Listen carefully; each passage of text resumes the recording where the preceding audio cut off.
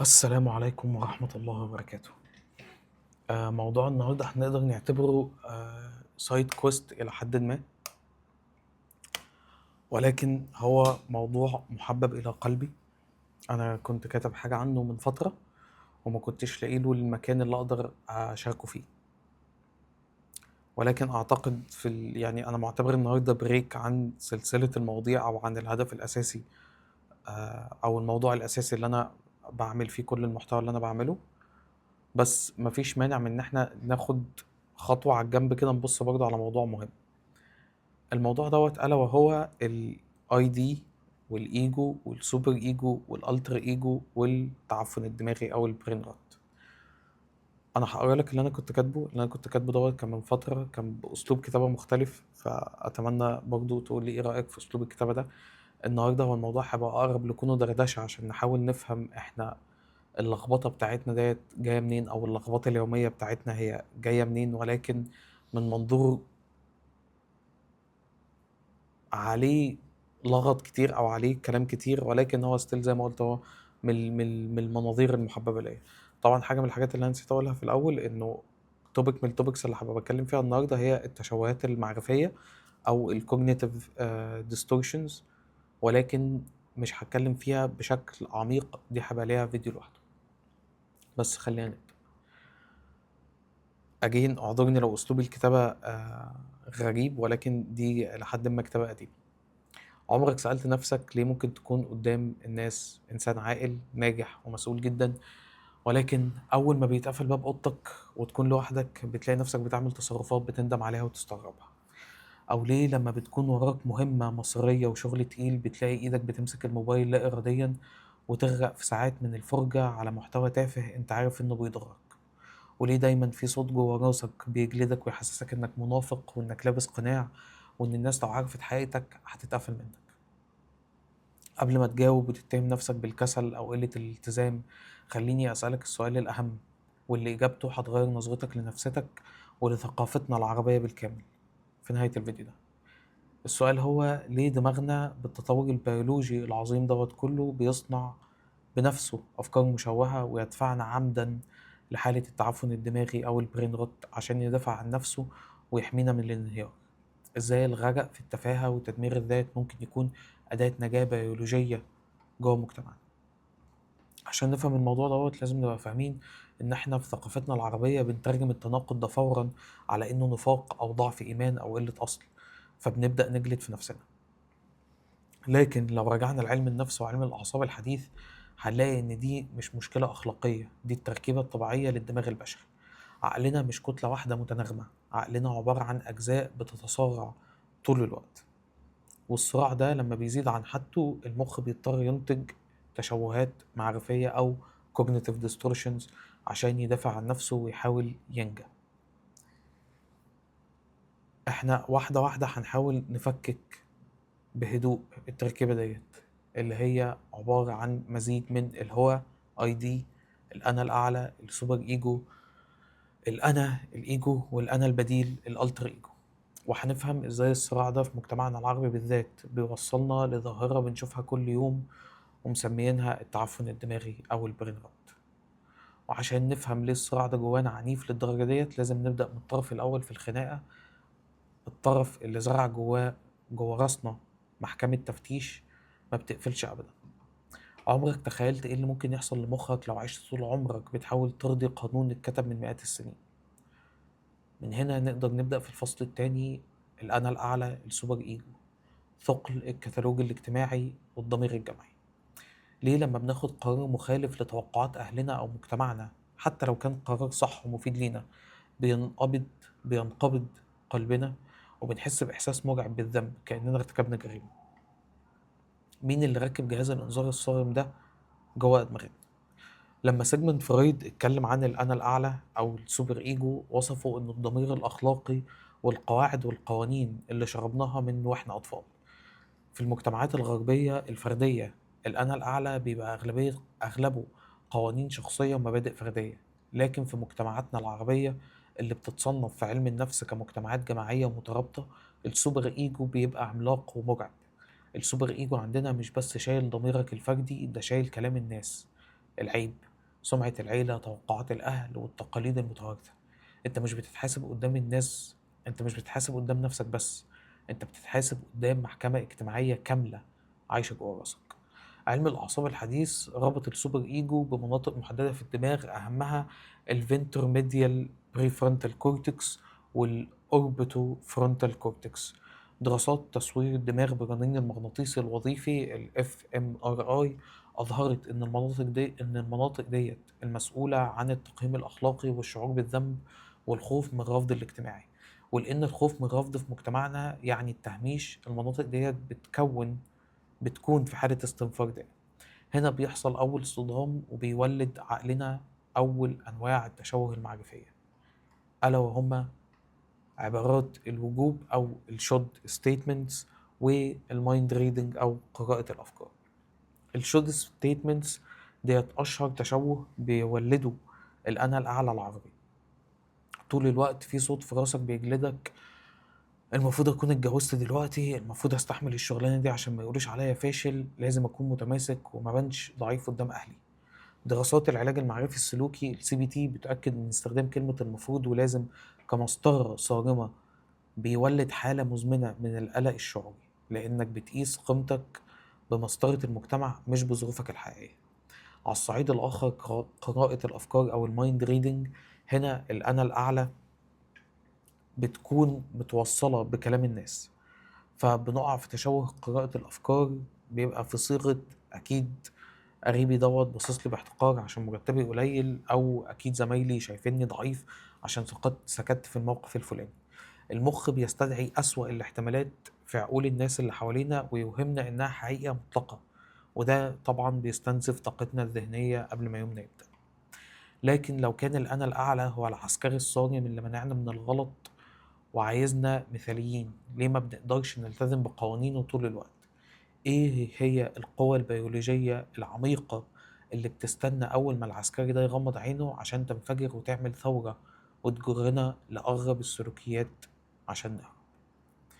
من هنا نقدر نروح للفصل الثالث، اللي هو الاي دي، الطفل المكتوم والهروب إلى تعفن الدماغ. ليه لما بنكون مضغوطين جدا ومطلوب مننا تركيز عالي، دماغنا بيرفض يشتغل وبيجبرنا نفتح شاشة الموبايل نسكرول فيديوهات احنا عارفين انها بلا قيمة؟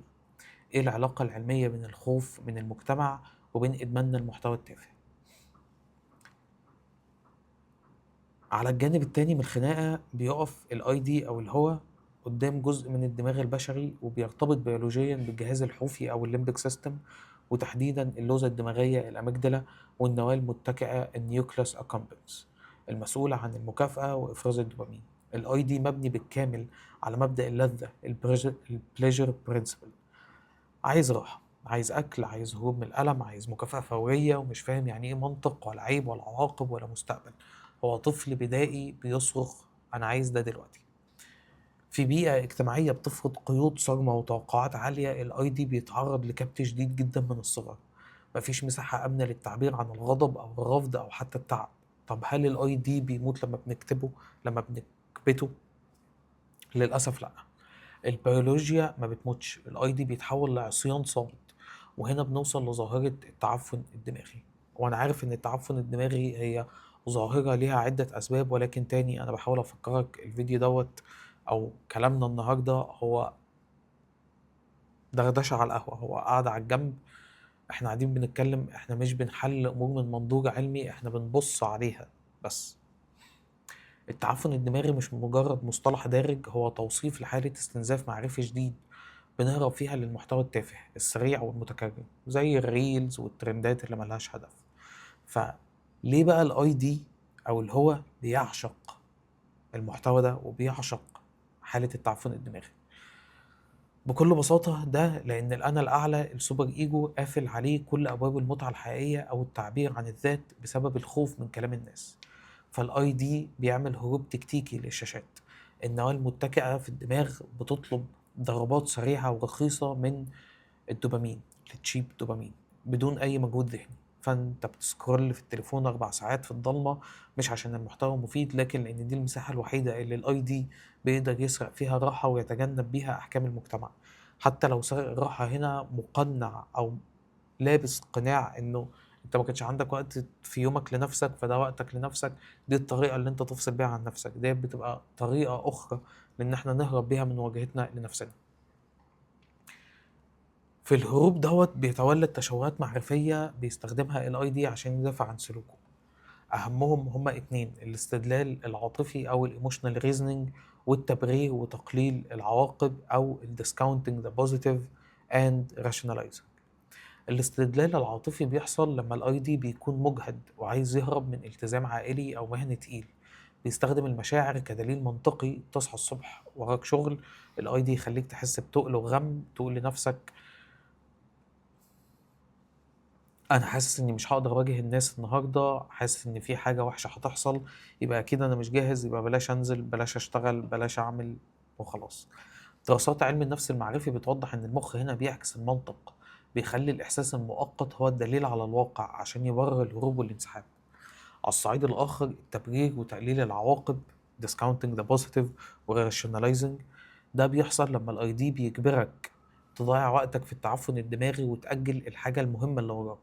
بيبدأ يبرر الغلط ويقلل من قيمة الوقت بأساليب منها ممكن يكون صيغة يا عم هي جت على الساعتين دول، أو ما كل الناس بتضيع وقت، أو أنا مضغوط ومن حقي أفصل دماغي.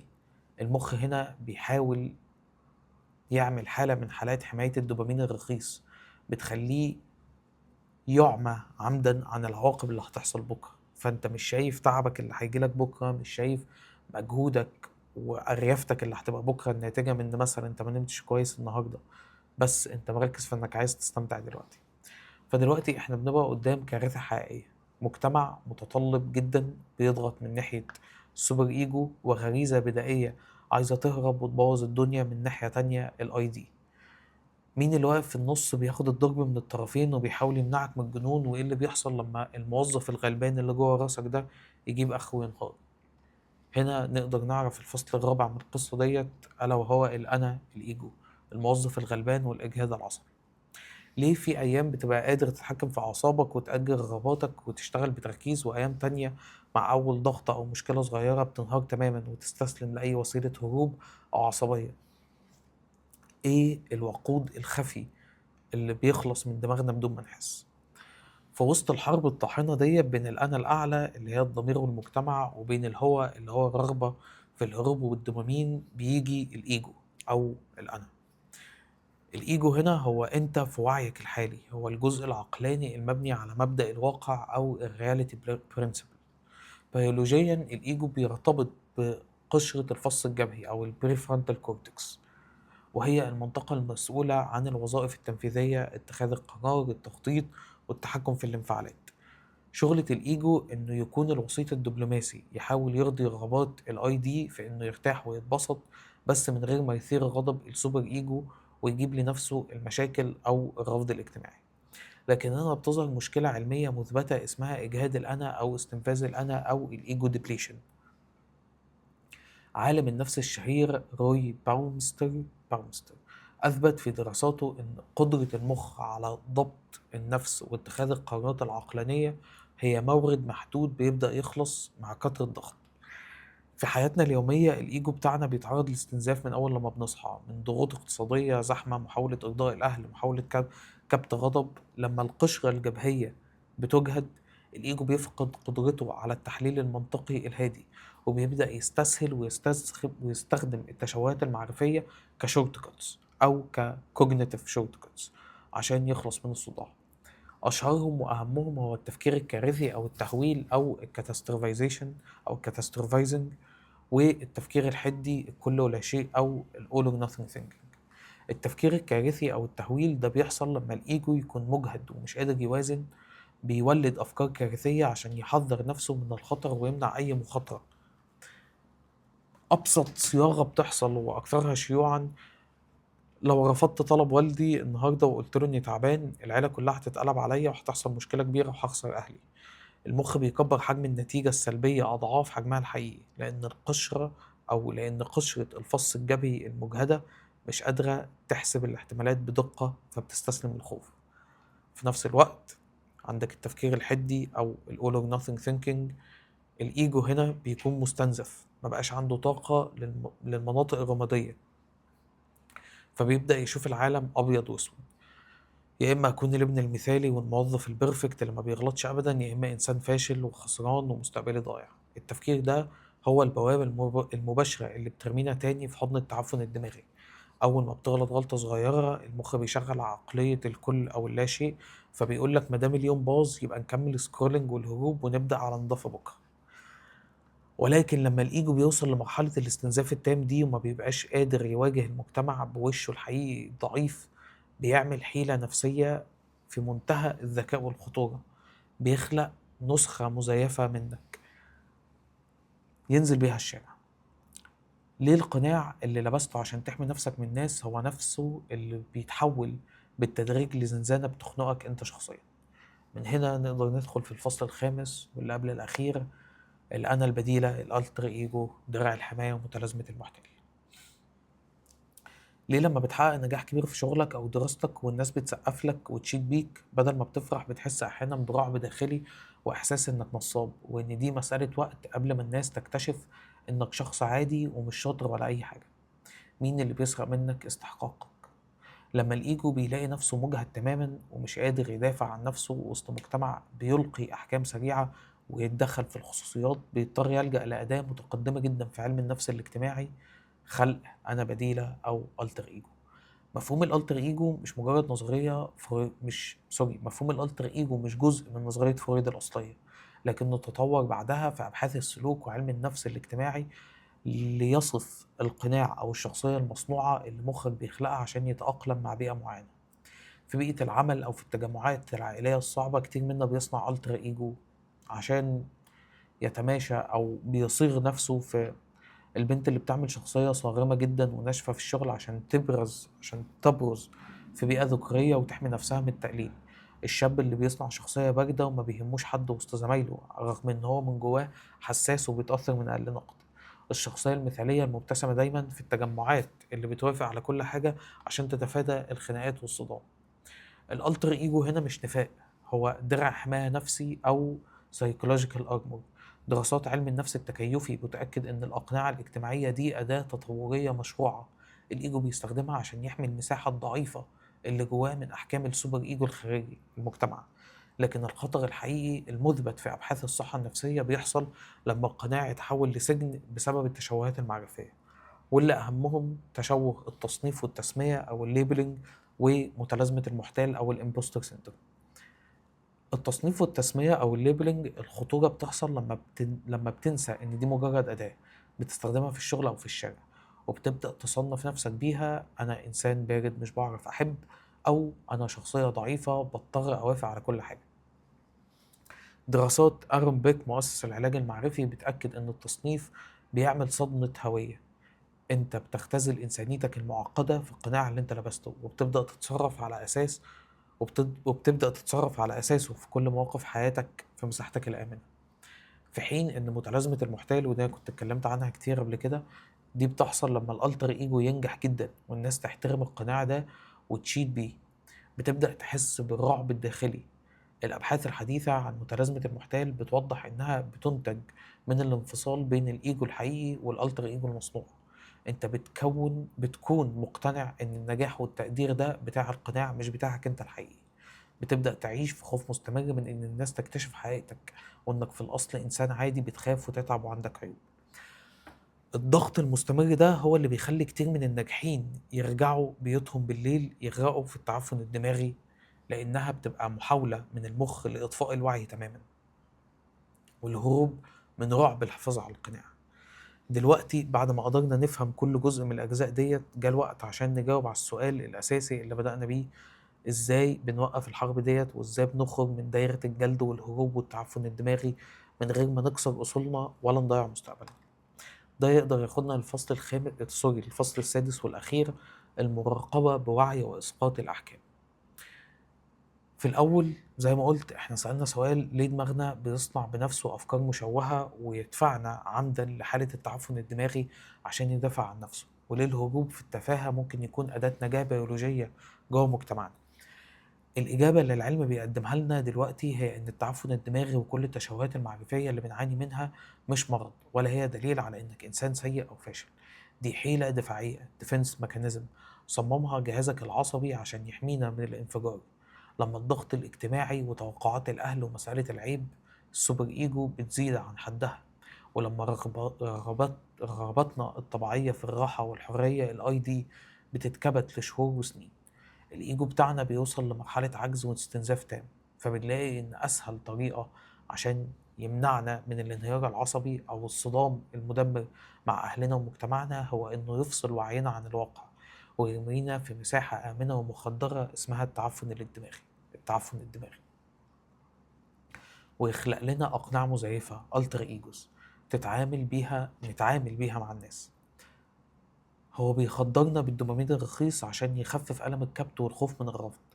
عشان كده السلام النفسي الحقيقي مش بيجي من إنك تقتل الإيجو سوري عشان كده السلام النفسي الحقيقي مش بيجي من إنك تقتل الأي دي رغباتك ومشاعرك البدائية، ولا إنك تهدم السوبر إيجو قيمك وأصولك، ولا إنك تعيش طول عمرك مستخبي ورا ألتر إيجوز قناعات اجتماعية. السلام الحقيقي بيجي لما الإيجو بتاعك يسترد طاقته ويبطل يستسهل ويستخدم التشوهات المعرفية كطرق مختصرة، ويبدأ يدير الخناقة بوعي وبدون أحكام قاسية.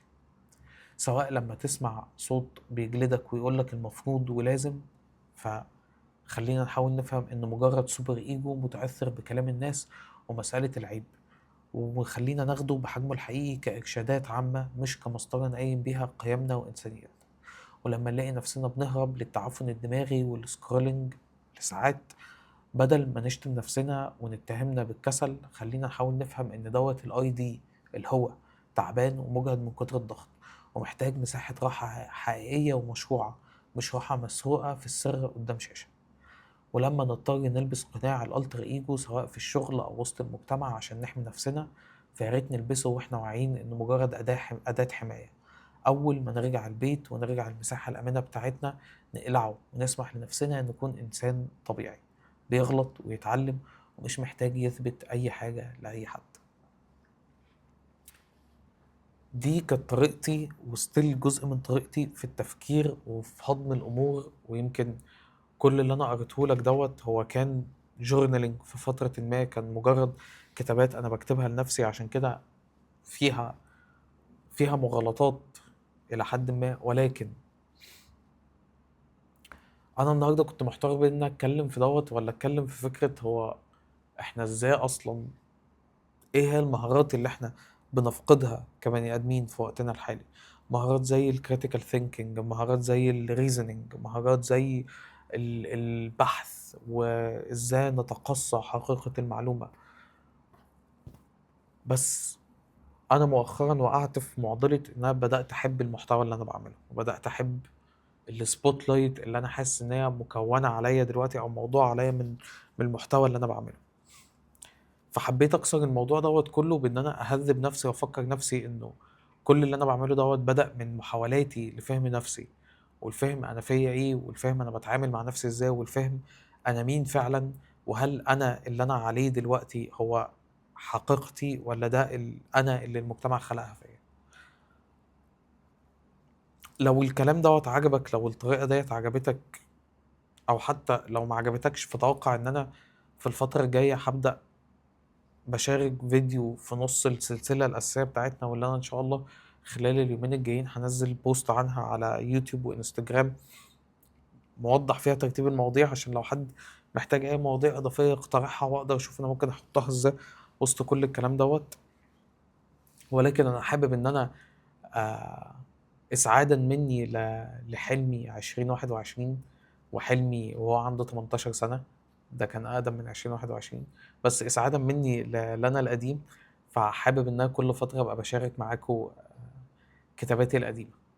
بس آه، بما إني ذكرت فكرة إن أنا بدأت أحس إن أنا بحب السبوت لايت المحطوط عليا، فأنا في كذا حاجة بحاول أعملها وأهذب نفسي فيها وأهذب نفسي من خلالها إن أنا ما أقعش في فخ إن أنا أبقى من صناع المحتوى اللي الشهرة عجبتهم، أو مش الشهرة ولكن تركيز الناس معاهم عجبهم وحب الناس اللي هم بيعملوه عجبهم، فأبدأ أخد اتجاه إن أنا أبقى بنتج أكتر بجودة أقل. أنا لسه هحاول أحافظ على قد ما أقدر في فكرة إن أنا أبقى بنتج أقل بجودة أعلى، ويمكن إرضاء برضو لنفسي في فكرة إن أنا أبقى بنتج بقدر أعلى عشان أبدأ أحتك بيك اكتر، وابدا اسمع رايك اكتر، وابدا اعرف انت ايه اللي عاجبك وايه اللي مش عاجبك، وناخد وندي سوا، لان انا بحب المحادثات البشريه العميقه ديت. فانا زي ما قلت هبقى بشارك في النص فيديو من كتابتي القديمه. بس ده كان فيديو عشوائي، ده كان موضوع عشوائي، ده شخصيه عشوائيه، ولكن كلنا بنحاول نفهم نفسنا. اتمنى بجد اتمنى تقول لي رايك في الكومنتات. وبس اشوفك على خير ان شاء الله، والسلام عليكم ورحمه الله وبركاته.